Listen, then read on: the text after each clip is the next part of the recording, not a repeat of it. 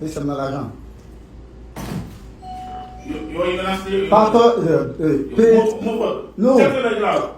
Payez ça dans le téléphone, payez ça dans l'argent même. Get out now. Get out now. Get out now. Ah, monsieur, pas me pression, Get monsieur. out. All right. Pas me pression, monsieur. Pas me pression. Pas me pression. Bon, le combat, ma côté, ok? So, on va payer l'argent. On fait bagage illégal, mais non, une bagage. Yo.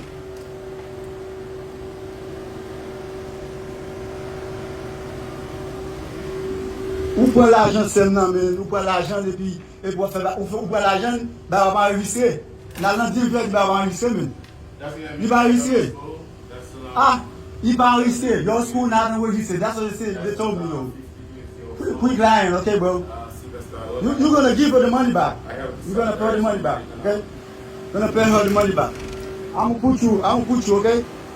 You're gonna pay her money back.